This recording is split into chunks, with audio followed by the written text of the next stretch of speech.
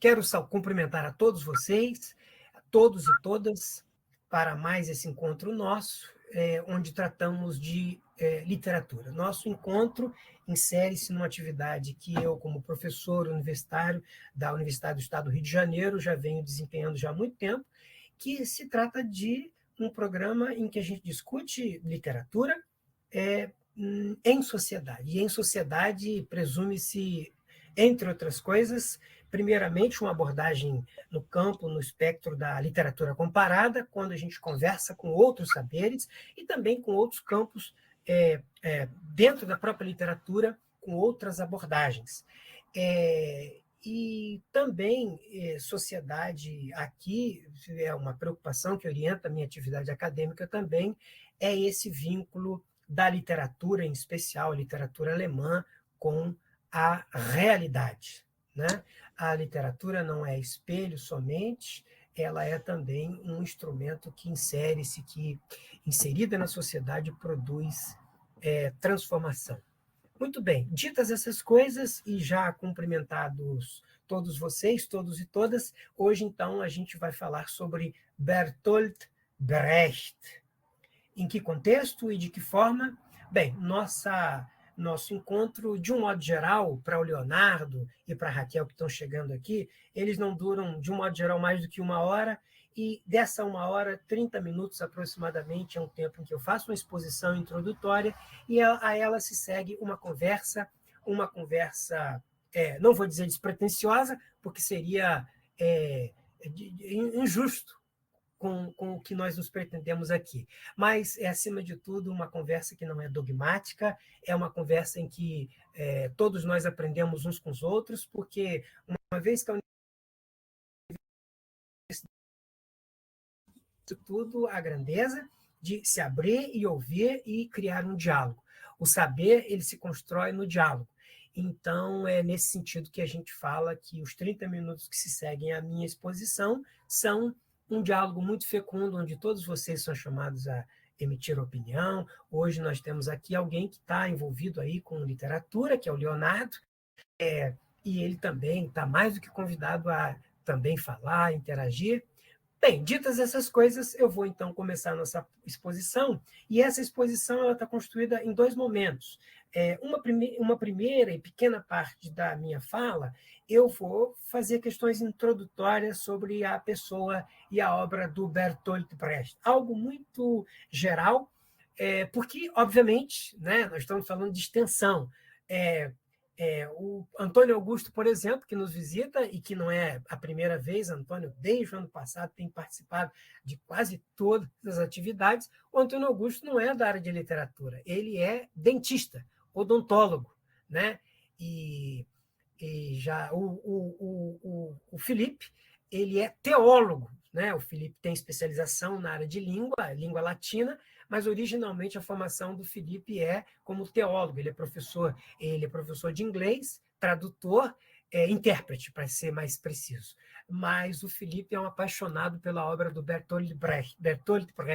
Então, vocês veem que é muito mesclado, né? A Giovanna e a Raquel são da área de letras também, mas não são do alemão.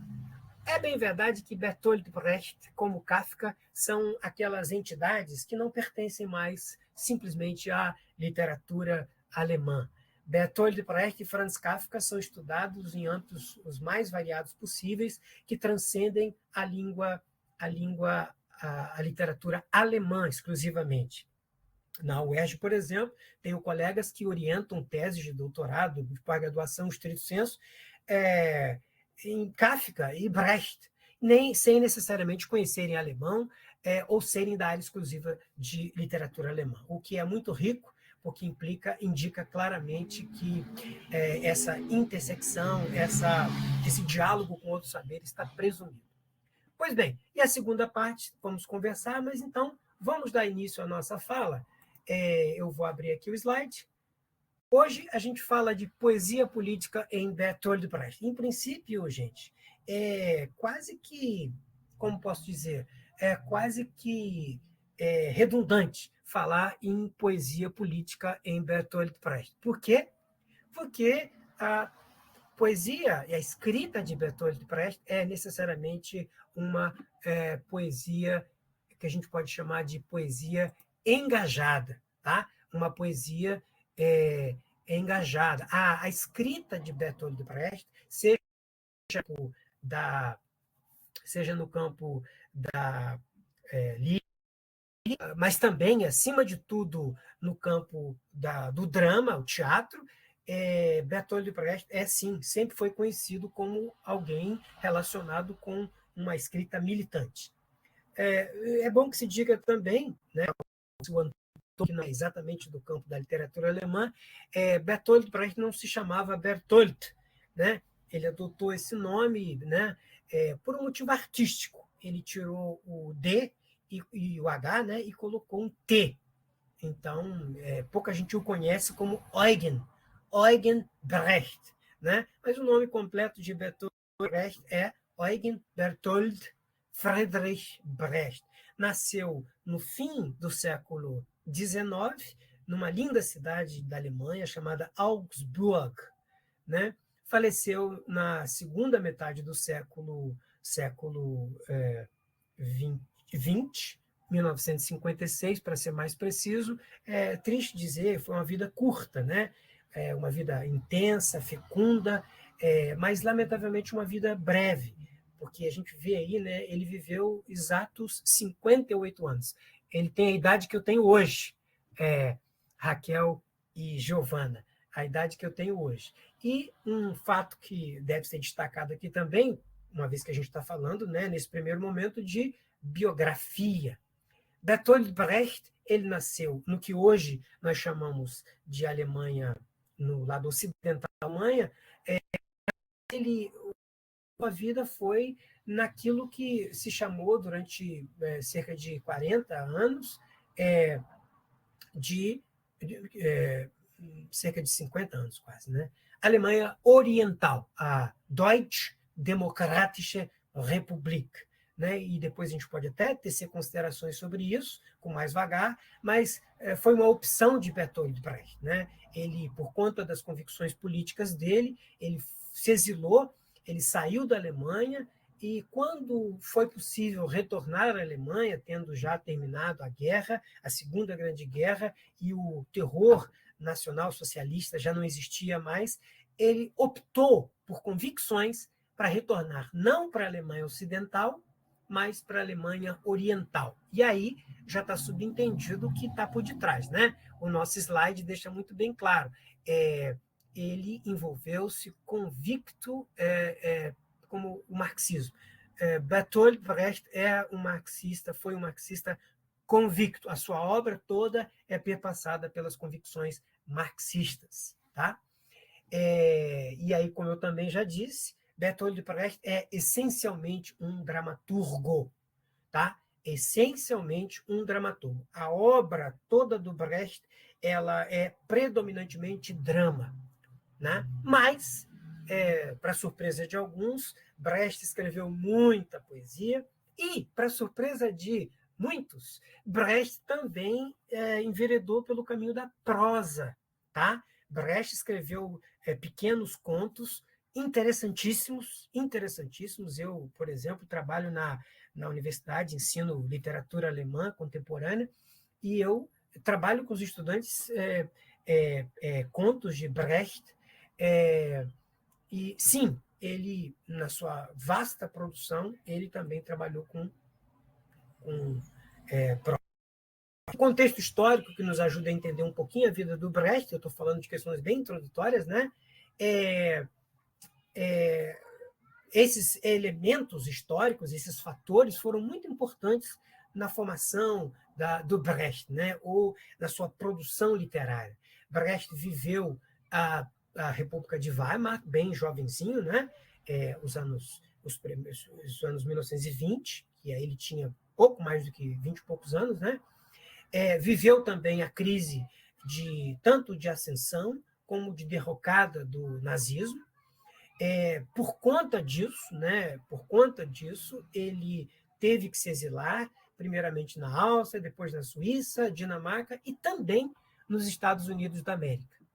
E, repito, por conta das suas convicções, né? Brecht tornou-se persona non grata na Alemanha.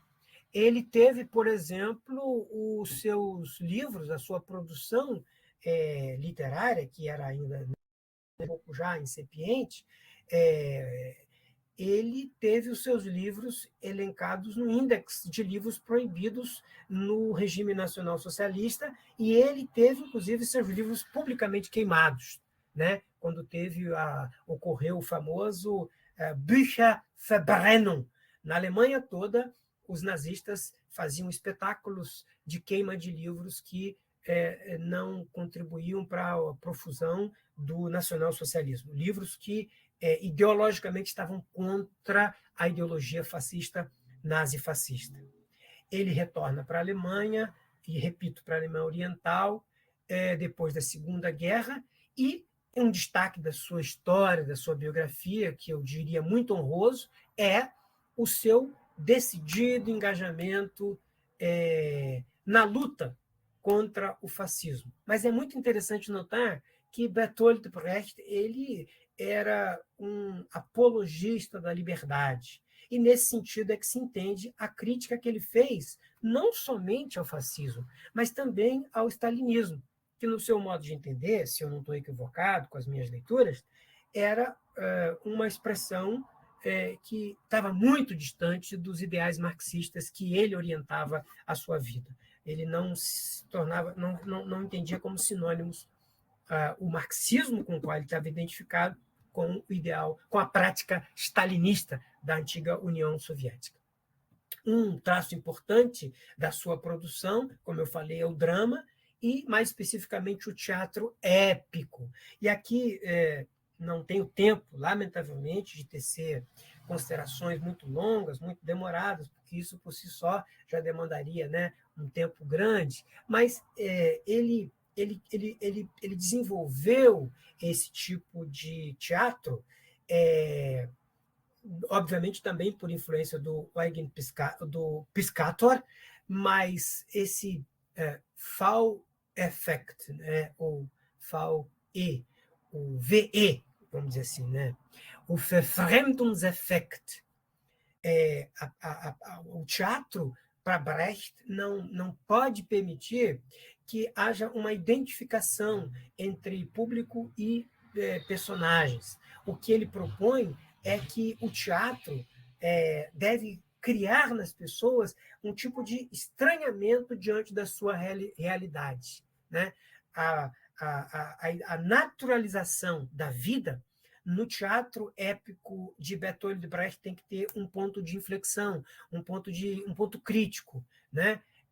O espectador, ele, como eu falei, não deve, né? O público não deve se identificar com as personagens. Pelo contrário, ele deve, por conta desse Verfremdungseffekt, ou efeito de estranhamento, ele deve ser possibilitado de, terminado a peça, ele não se emocionar, não apenas se emocionar, mas se sentir estimulado a agir criticamente na sociedade. O teatro de Brecht, que a gente, quando tem a oportunidade de ver peças, montagens das peças dos textos dramáticos de Brecht, a gente pode ver que ele inova, por exemplo, com cartazes, narrações, canções, que tem o efeito, tem o propósito de quebrar, romper com a ilusão. É o desencantamento diante da realidade, que deve levar a pessoa à intervenção na sociedade. Tá? Como eu falei, lamentavelmente, aqui não dá para a gente conversar muito sobre isso, hoje não é o nosso foco é em poesia, né? Mas eu queria também deixar aqui registrado, né? Peças em destaque do Bertolt Brecht, podia citar muitas outras, tá? Mãe Coragem e Seus Filhos, talvez uma das mais conhecidas, de 39, e exatamente na época que a guerra eclode, a Segunda Grande Guerra, né? E é sintomático que essa peça retoma a Guerra dos 30 Anos, por isso que chama Coragem, né? Ele se inspira numa obra clássica do barroco alemão, chamado Coragem. Eu, inclusive, Leonardo, não sei se você sabe disso, eu traduzi essa obra do Brecht ano passado um dos seus romances pícaros. Inclusive, presenteei o professor Helmut... desculpa, Leonardo, eu estou confundindo, você não é da USP. Eu equivoquei. Mas eu presenteei o professor Helmut Gallia, da USP, esse livro, e mandei para a biblioteca da USP também. A Vida de Galileu é outra obra muito importante de Brecht também, que fala, óbvio, né, ciência, poder e responsabilidade. A Ópera dos Três Vinténs, de 28, talvez é uma das mais antigas, né? Só perde para Baal, que é a primeira, mas, no fundo, Baal não é nem a primeira. A primeiríssima obra de Brecht, o teatro, é curtinho. Eu estou agora envidando uma nova tradução, é curtíssima, né? A primeira obra dramática de Brecht chama-se A Bíblia. A Bíblia, né? A Bíblia. E é uma crítica muito importante, muito interessante à religião, e obviamente, a religião que vê a realidade sem se preocupar com intervir nela. Tá? A obra poética de Brecht, que é o que nos interessa hoje aqui, né? Que são apenas highlights, tá, gente? Poemas engajados, muita ironia e muita denúncia social. Raquel, Giovana, anotem isso, porque isso é muito importante. Felipe, idem. E a gente vai retomar isso já quando a gente começar a analisar a obra dele. Poemas engajados, obviamente, é o fio que perpassa toda a sua obra, poética e também dramática, mas um toque grande de ironia, e tudo isso como uma moldura para construir uma denúncia social. É uma linguagem simples, é uma linguagem direta e voltada para o povo. E, obviamente, como eu já falei, né, a poesia política, a poesia como ferramenta de resistência. Está aqui, então, o resumo do que... Estou terminando essa parte introdutória. Brecht e o marxismo. Não preciso dizer, né, que Marx era um engajado marxista, a sua obra toda respira o marxismo, mas Marx era uma coisa e o regime soviético era outro para Brecht. Né? Ele é um crítico do socialismo real, que a gente chama. Né? É o socialismo que, durante 70 anos, houve na União Soviética e que, no entender do Brecht, era algo que se distanciava do ideal marxista, pelo menos o ideal marxista tal qual ele entendia, por suprimir as liberdades pessoais. Tá? O legado dele, acima de tudo, no campo do teatro, ele criou, foi o fundador, o cofundador em 49 da Berlina, também Teatro do Oprimido, que nós no Brasil tivemos e temos reverberação disso. Augusto Boal, por exemplo, para citar esse nome. Ditas essas coisas, até aqui está tudo bem, gente? Eu vou voltar aqui para ver vocês. Está tudo bem? Eu tenho que tirar aqui um pouquinho para ver vocês. Alexandre, Felipe, Giovana, Raquel, Antônio, tá tudo... Podemos continuar? Agora que vem o momento épico do nosso... A gente vai pensar juntos. Né? Eu trouxe 2 poemas para vocês, traduzi 2 poemas para vocês, e queria conversar com vocês sobre esses poemas. Tá? O primeiro poema, né, se chama Das Lied vom Österreicher Hitler. Né? Tá na minha coluna esquerda, eu acho que é de vocês também, óbvio, está o texto em alemão, e à direita a minha tradução. Eu queria, então... Leonardo, você se sente confortável? Quer ler para nós o texto todo em alemão? Não é obrigado, tá? Aqui ninguém tem que se sentir constrangido. Se você não quer... Eu agradeço a oportunidade, mas eu preferiria ter lido antes, alguma coisa assim, não me sinto seguro, não. Obrigado. Sem problema, ótimo, não tem problema. Aqui ninguém não deve se sentir constrangido. Quero vocês à vontade, tá? Especialmente porque assim vocês voltam, né? Tudo bem, eu vou ler o texto em alemão, porque eu acho que a sonoridade é muito importante. E vocês vão me acompanhando com a tradução, tá? Der Österreicher Hitler sagte: Liebe Leute, lasst mich ran. Und nahm einen Kübel frische Dünche und strich das deutsche Haus neu an.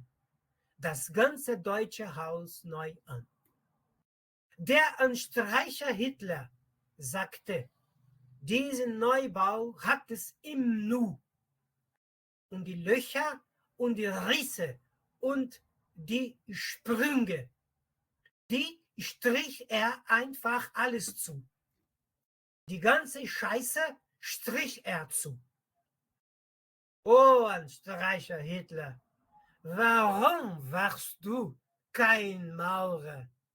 Dein Haus, wenn du Tünche in den Regen kommt der Dreck drunter wieder raus. Kommt das ganze Scheiß raus, Haus, wieder raus. Der Anstreicher Hitler hatte bis auf Farbe nichts studiert.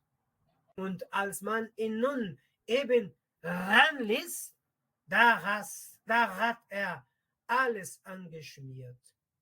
Ganz Deutschland hat er angeschmiert. Muito bem. Aí à direita a minha tradução. Antônio, quer ler para a gente a minha tradução?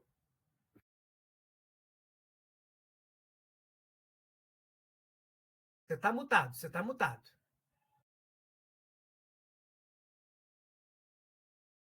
A canção de Hitler, o pintor de paredes. Hitler, o pintor de paredes, disse: pessoas queridas, deixem que eu cuido disso. Tomou um balde de tinta fresca e repintou toda a casa alemã. Renovou toda a casa alemã. Hitler, o pintor de paredes, disse: essa nova pintura se faz num instante. E os buracos e fissuras e fendas, todas ele simplesmente pintou. A merda toda foi pintada. Oh, pintor de paredes Hitler, por que você não optou por ser um pedreiro? Tua casa, quando cai a chuva sobre a tinta, toda a sujeita fica exposta. Toda a merda fica exposta novamente. Hitler, o pintor de paredes. Nada tinha estudado, nem mesmo sobre cores.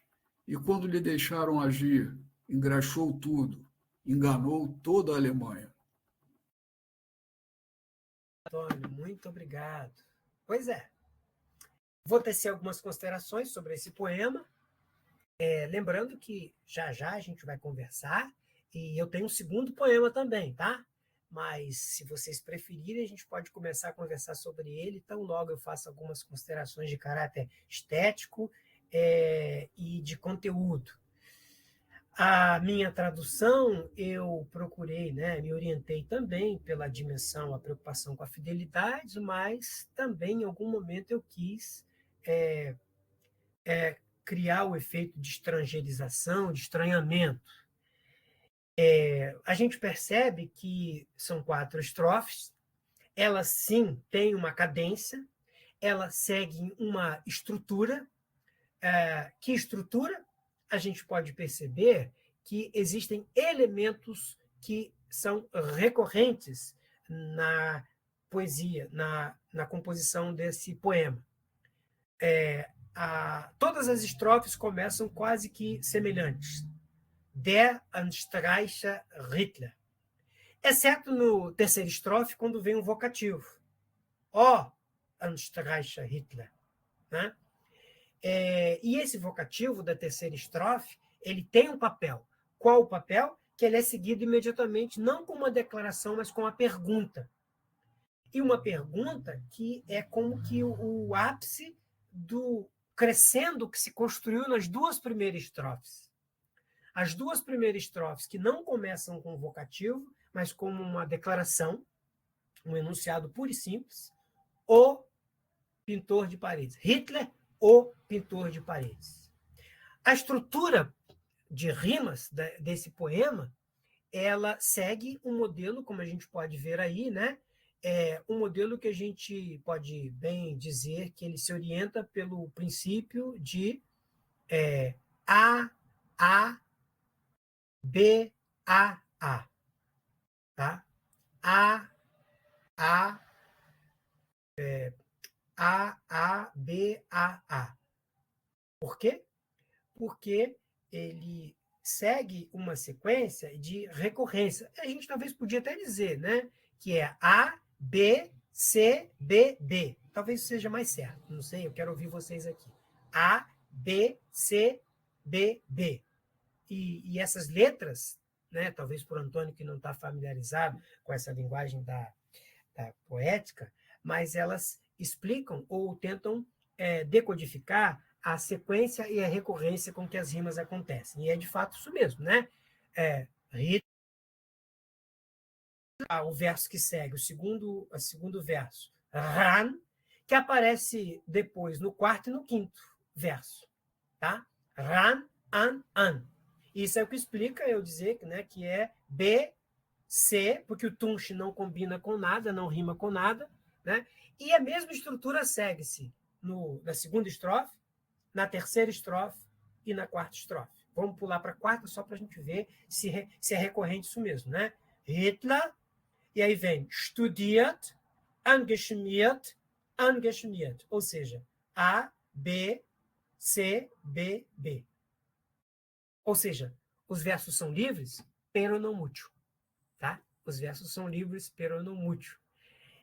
Um outro aspecto também importante, que são as metáforas.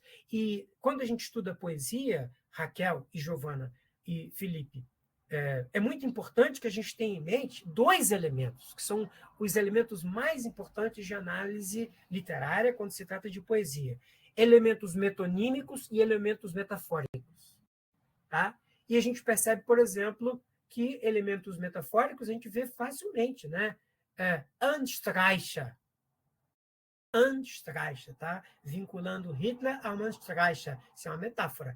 Hitler necessariamente não era um pintor. No mínimo, nesse período em que está se falando dele. Eu não falei antes, mas eu estou dizendo agora, esse poema é de 1933. É quando Hitler ascende ao poder. Também no período em que Hitler fez ele fez uma reforma habitacional, né? Então, o elemento da ironia está muito presente nisso.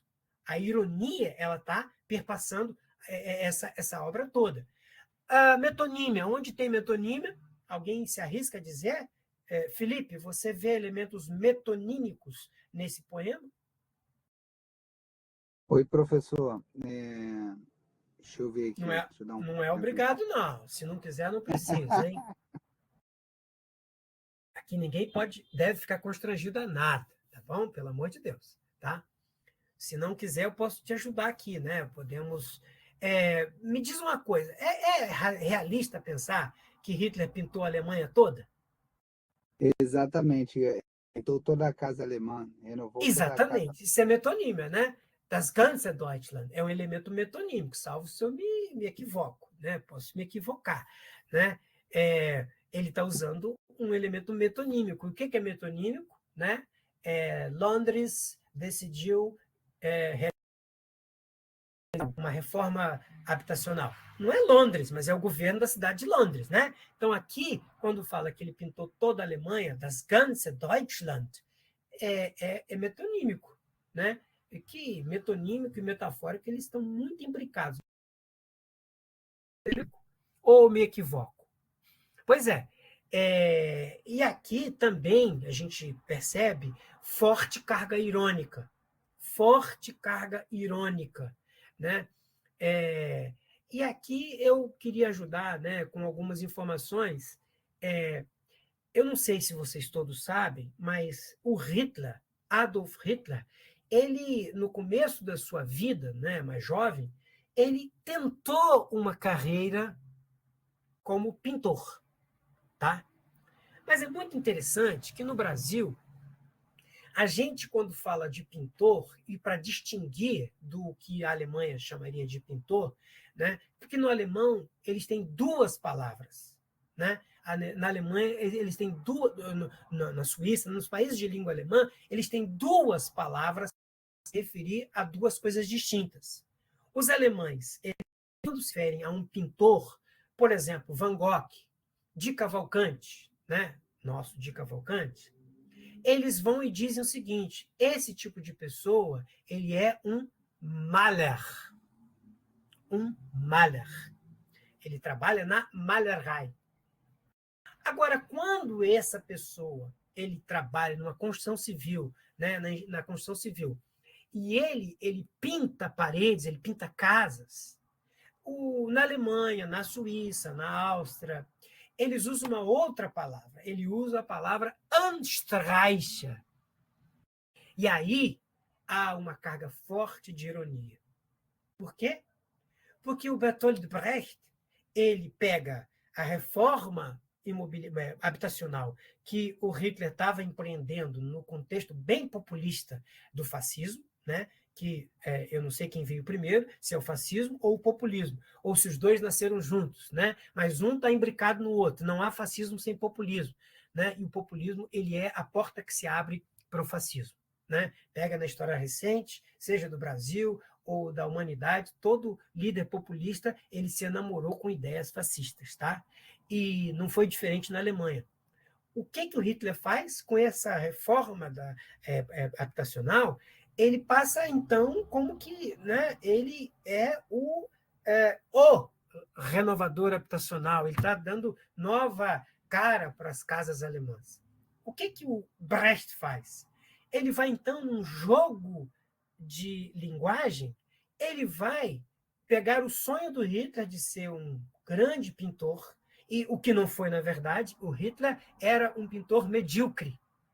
Um pintor medíocre. Não tem outra palavra. Um pintor medíocre. E aí, então, o que Brecht vai fazer?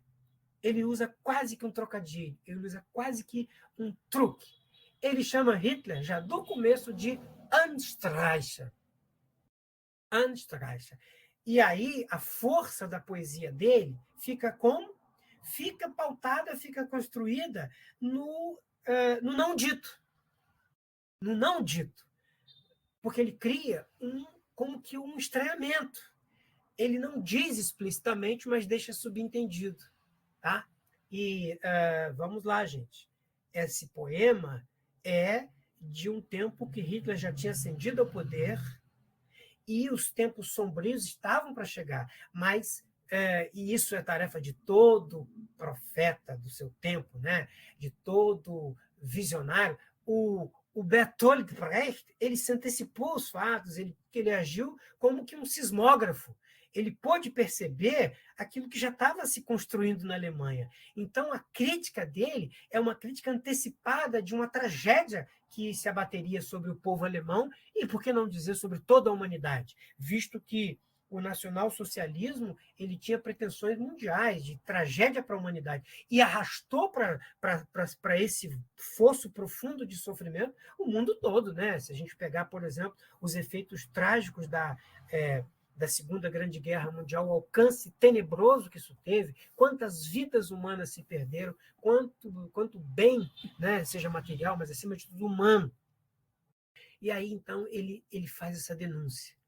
Ainda que de forma cifrada, tá? Mas ele faz uma denúncia, ele coloca já no primeiro verso, ele não chama Hitler de mala, ele chama de pintor, tá?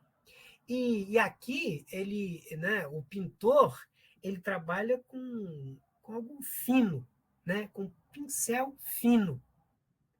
No alemão, ele então faz uma distinção. E aí é muito interessante dizer algo, né? Ele usa a expressão Kübel. Se vocês virem no terceiro verso da primeira estrofe, é Kübel. E na Áustria, Kübel é uma expressão muito corriqueira para balde. Então, um pintor, um Maler, né, um Di Cavalcanti da vida, né, um Monet, ele não pinta com balde. Né? O recipiente da tinta é algo muito mais restrito, pequeno, mas um pintor de paredes pinta com balde. Né? Então, o Brecht ele vai construindo esse edifício de denúncia e vai, obviamente, colocando Hitler, que, num primeiro momento, é um pintor fracassado, que não passa de um pintor de paredes, mas, ao mesmo tempo, é alguém que se arvora de promoveu uma reforma habitacional, a Renovierungshaus, acho que é essa expressão, né, de 1933. Eu tenho a obra crítica de Bertolt Brecht aqui, né? E, de fato, esse acontecimento, né, porque é uma obra crítica, é a obra do Brecht com muitas notas, e aqui, de fato, faz referência a isso, né? Quando fala do Anstreicher, o Bertolt Brecht, seguramente, ele estava se referindo, né? Olha aqui, a nota 215.1, 215 é porque se refere à página 215, né? Das Lied vom Anstreicher Hitler, de 1933, bezieht sich direkt auf Hitlers Programm der Häuser Renovierung. Eu usei a expressão equivocada, tá? Leonardo, me desculpe, hein? Häuser Renovierung, não muda nada, tá? Eu só inverti a ordem, né? Então, renovação das casas, que foi instalada no dia 1º de maio de 1931, né? Então, e é de 33 esse poema, tá? De 1933. Outros elementos eu queria destacar antes da gente começar a conversar, e ó, eu estou com o segundo poema aqui também, tá? Mas vou segurando ele por hora. Um outro aspecto importante que eu percebo, né, é o elemento da metonímia e também da metáfora. Primeiro, metáfora a gente já falou, coloca Hitler como pintor de paredes, que pinta toda a casa alemã. E a expressão latina in nu, num instante. Me deem liberdade para fazer e eu pinto a casa alemã num instante. Esse num instante também tem assim, a possibilidade de ser interpretado como o fato de que o nacionalsocialismo, quase que como uma epidemia, né, se alastrou no meio do povo alemão. Então, como que num ato rápido, toda a população, ou grande contingente da população, se viu fascinado pelas ideias populistas e depois explicitamente fascistas que Hitler defendia. E é muito interessante, e aqui eu já estou me encaminhando para terminar essa minha fala introdutória, ele usa a expressão terceira estrofe. Buracos, fissuras e fendas. Ele pintou. Mas é muito interessante que o Brecht usa ironia, sarcasmo um pouco também, e ele vai dizer a merda, né? Die ganze Scheiße. Ele pintou a merda toda. A merda toda foi pintada. E a palavra Scheiße, terceira estrofe, toda a merda ficou exposta. Ó, no primeiro momento, na estrofe 2, ele vem e pinta, calafeta todas as fissuras, mas sem ter o cuidado. Fissuras são fissuras, fendas são fendas, buracos são buracos. Você não pode fazer algo paliativo. E, na verdade, o tipo de pintura que o Hitler ele não foi uma mudança, ele foi, acima de tudo, corroborar, sedimentar problemas da sociedade, como, por exemplo, um ideal de povo puro, né? Que alimentou, intoxicou o imaginário de muitos alemães, talvez a maioria da população nesse período, né? Algo trágico. E aí, no terceiro estrofe, ele vai e diz, né? Quando veio a chuva, o que era mera aparência, que era uma fachada, ficou exposto novamente, né? A chuva caiu sobre tinta, toda a tinta, e a merda ficou exposta novamente. A última estrofe, com ela eu termino essa minha fala. Hitler, pintor de paredes, ele não estudou, né? E aí é um sentido duplo, né?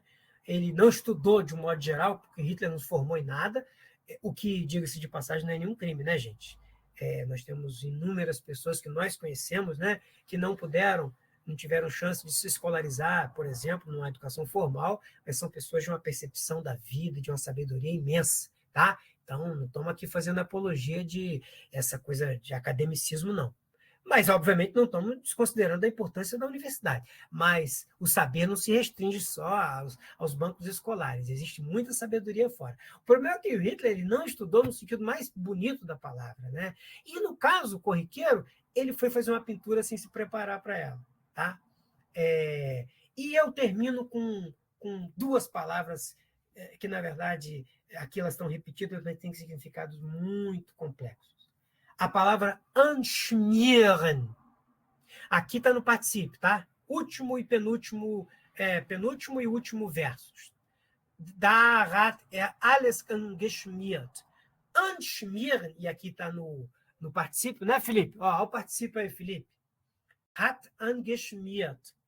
O infinitivo é anschmieren. Num primeiro momento, anschmieren é besuntar, engraxar. Tá? É isso. Só que essa palavra tem um outro significado, que é enganar. Então, o Brecht, soberano com o uso da linguagem, ele usa essas duas palavras, que Hitler não somente ele engraxou tudo, ele besuntou tudo, né? Mas ele enganou toda a Alemanha. Tá? Então, é um jogo de palavras que no alemão ele não fica explícito, tem que estar subentendido. Na nossa língua, eu traduzi e eu usei duas palavras diferentes, tá? Que, coincidentemente, elas coincidem quanto a rima, né? Engraxou e enganou. Mas quem compara com o original aqui, né? Que não é do alemão, foi uma professora, mas tem duas palavras, são iguais, se traduziu diferente. Sim, as palavras têm significado diferente. E eu estou entendendo que Brecht me permite fazer esse tipo de tradução, porque na totalidade da sua obra, e mais especificamente nesse poema, ele dá elementos para isso. Eu vou só passar o slide aqui. Ó, tem mais esse poema, que a gente vai, tendo tempo, vamos falar dele. Por hora, eu falei que vocês têm direito a 30 minutos. Não vai ter tanto tempo, porque eu acho que eu ultrapassei um pouquinho só, né? Os 10 primeiros minutos foram introdutórios, mas agora eu vou aproveitar, então, quero ouvir vocês sobre essa primeira poesia, esse primeiro poema. Por favor, quem quer fazer uso da palavra, faz um sinalzinho aí com a mãozinha, que eu ouvir vocês, né? Algumas coisas foram escritas aqui. Não, então é coisa mais das colegas da Raquel, né? Muito bem. Quem quer fazer alguma consideração, não é obrigado, obviamente, tá? Ninguém deve ser constrangido. Alexandre, Antônio, Felipe, Giovana, Raquel, alguém quer fazer alguma consideração? Felipe Couto levantou a mão. Vamos lá, Felipe, você tem a palavra. Oi, professor. Só para não deixar em branco, né? É interessante, eu fiquei reparando naquela estrofe que você falou, e os buracos e fissuras e fendas, né? Todas ele simplesmente pintou, né? A ideia de alguém que tenta, assim, utiliza um recurso que não é adequado para a situação, né? Claro, ótimo. Entre que é uma maquiagem mal feita, né? Como que, em relação ao povo, né, as fissuras, né, de repente as minorias e os pensamentos, né, que eram divergentes, ele simplesmente achatou, achando que Exatamente. Ele suprimiu, né, a diferença, criou uma unanimidade que não se sustenta, né? E a gente sabe bem que essa ideia de uma unanimidade, né, vinculada à ideia, por exemplo, de um povo, de uma nação, de uma raça pura, presumia exterminar minorias, outros grupos, né? E nesse sentido em que o nacionalsocialismo, a brutalidade contra judeus, contra ciganos, contra pessoas homoafetivas, também contra pessoas com problemas psíquicos, né? Alemães, no caso, também. Então, com que objetivo? Eu acho que a sua abordagem é muito precisa, né, Felipe? Isso era uma forma de calafetar, de esconder a diversidade. De esconder a diversidade, né? É uma possível abordagem. Né? É isso mesmo, eu me sinto confortável com o que você está falando. Antônio levantou a mão. Deixa eu só interromper o Antônio antes do Antônio entrar. E eu achei interessante porque o nome do poema é Das Lied, né? começa com a canção, né? E eu acho que é por isso que ele preserva, apesar de ser livre, o verso, ele preserva ainda a estrutura Da sonoridade. Exatamente. Da sonoridade. Ótimo, ótimo. Muito obrigado, Felipe. Doutor Antônio Augusto, está com a palavra. Você está mutado. Vou começar pelo título, né? A Canção de Hitler. Isso aqui soa como um canto da sereia. Ah, sim. Que quer encantar todo o povo com uma mentira, né? A gente sabe que a Alemanha, naquela época, estava vivendo um grande problema socioeconômico, né? E todo enganador, vamos dizer assim, ele quer oferecer um milagre que não é possível, um milagre fácil, muito rápido de ser atingido. Uma bala de prata. Exatamente. Ele não respeita as diferenças socioculturais, não representa o amálgama que era aquela sociedade naquela época, ele passa por cima disso tudo, é um vendedor de ilusões. É um vendedor de ilusões. Concordo plenamente. E aqui o Brecht, ele foi muito inciso aqui quando ele diz: por que você não optou por ser pedreiro? Porque ele viu que o Hitler não tinha condição nenhuma de pôr em prática realmente o que ele plantou, porque ele ofereceu à nação. Ele teria feito menos mal ao povo alemão. E assim mesmo, talvez. Exatamente. E aqui, Antônio, é sempre bom lembrar, não estamos desmerecendo a função do pedreiro. Né? Não, de jeito nenhum. Mas ele está usando metaforicamente o seguinte: o Hitler poderia ser um cidadão normal, um doador, quietinho lá, mas o mal que ele causou, ele causou porque ele se arvorou de ser um grande líder e levou o povo à tragédia. Exatamente, né? Exatamente. E devido à condição daquela época que o povo estava atravessando, o povo se agarrou àquilo, que é natural, isso é muito natural do ser humano. O ser humano, quando está desesperado, ele se agarra ao primeiro vendedor de ilusões. Pô. Exatamente. É do ser humano isso. Soluções rápidas, soluções práticas. Isso. Hitler, muito bem, Antônio, você me ajuda muito, né? Porque você me faz lembrar que o Hitler ele potencializou ideias que já vinham desde a Idade Média. Por exemplo, o antissemitismo. Ele quis colocar a culpa no povo judeu da desgraça econômica dos alemães. Um absurdo, inaceitável, imperdoável. E isso encontrou eco no imaginário das pessoas. Não, nós somos um povo puro, um povo diferente e fomos predestinados para o sucesso, para a glória. No entanto, tem alguns que estão nos amarrando. E aí o Hitler ajudou as pessoas a criar falsos inimigos e carregar sobre essas pessoas, sobre esses grupos sociais, toda a sua frustração. Para usar uma linguagem do Jung, as sombras. Ele projetou as sombras nessas pessoas, nesses grupos sociais. Até porque naquela época, na Alemanha, os maiores intelectuais eram todos judeus. Pô. Exatamente. Isso se não todos, um grande contingente judeu. Isso incomodava tremendamente ele. Claro. Concordo plenamente. Né?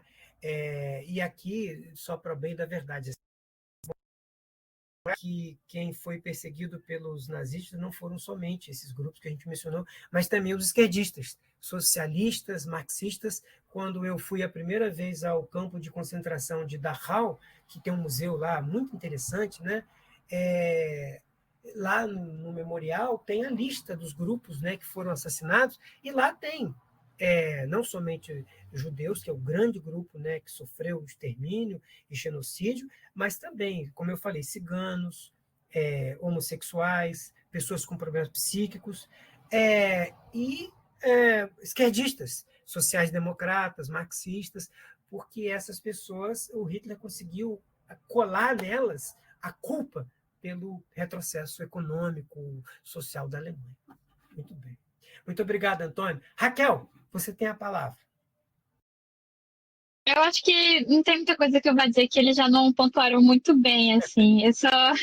Eu só ia comentar como eu acho interessante o jeito que o Brecht ele usa as imagens, não só na poesia, mas na prosa também.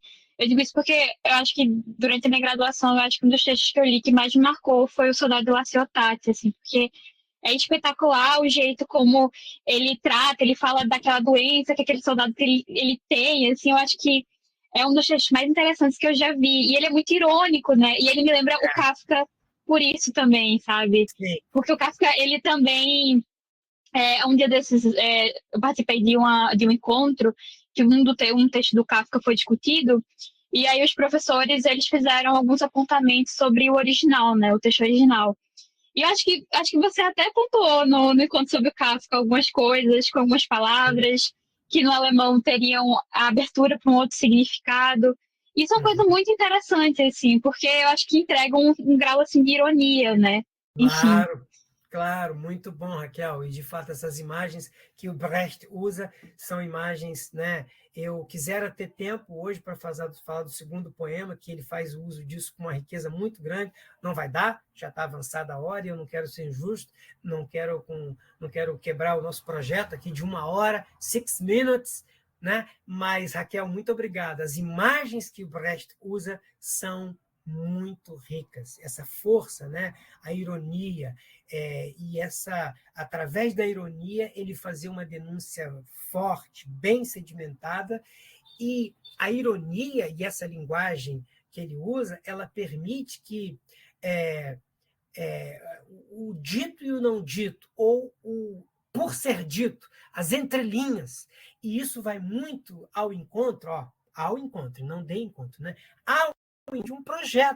De um projeto emancipatório, porque a poesia de Brecht, o seu teatro, a sua escrita, ela não diz o óbvio, ela diz o que tem que ser descoberto, tem que ser despertado nas pessoas, como uma autodescoberta, né?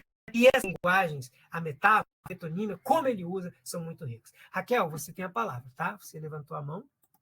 É só para acrescentar esse detalhe que eu recentemente comecei a ler um livro da Perspectiva, que é sobre a literatura na República Democrática Alemã, e o texto introdutório, ele fala sobre uma fala do Brecht que me chamou a atenção, que eu acho que foi quando ele voltou para a Alemanha, no final da guerra, que ele fala que não há solução para o que já está destruído, né? Então ele olha aquela Alemanha que vai ser dividida e ele olha e pensa, gente, vocês estão vendo a situação? Vocês estão vendo como é que a gente está? Enfim, eu acho muito interessante também. A própria literatura da RDA, eu acho assim, muito rica nesses aspectos, assim. Uhum. Muito bom, você me inspirou aí. Segundo semestre eu quero falar um pouquinho sobre a literatura da Deutsche Demokratische Republik, né? Quem sabe a gente fala um pouquinho sobre Anna Zegers, que é uma grande escritora, amiga de nosso... quem é aí? Vamos ver se vocês lembram. Capitã de Areia, como é que chamava? Jorge Amado. Ela era uma grande amiga de Jorge Amado, também comunista, né? E quem sabe a gente, no segundo semestre, Raquel, a gente encontra um espaço para a gente falar um pouquinho sobre a literatura da Alemanha Oriental. Muito bem. Alguma outra consideração? Quem não falou não precisa se sentir constrangido. Alexandre, quer fazer alguma consideração? Você que é estudante de literatura alemã também, não é obrigado. Giovana, quer falar um pouquinho?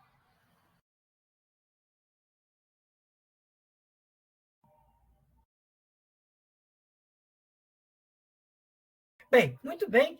Como disse, o nosso programa ele se insere num contexto de 6 minutes e eu queria ser muito leal a isso, porque as pessoas que vêm aqui participar com a gente dos nossos encontros internalizem isso, que é 6 minutes, né?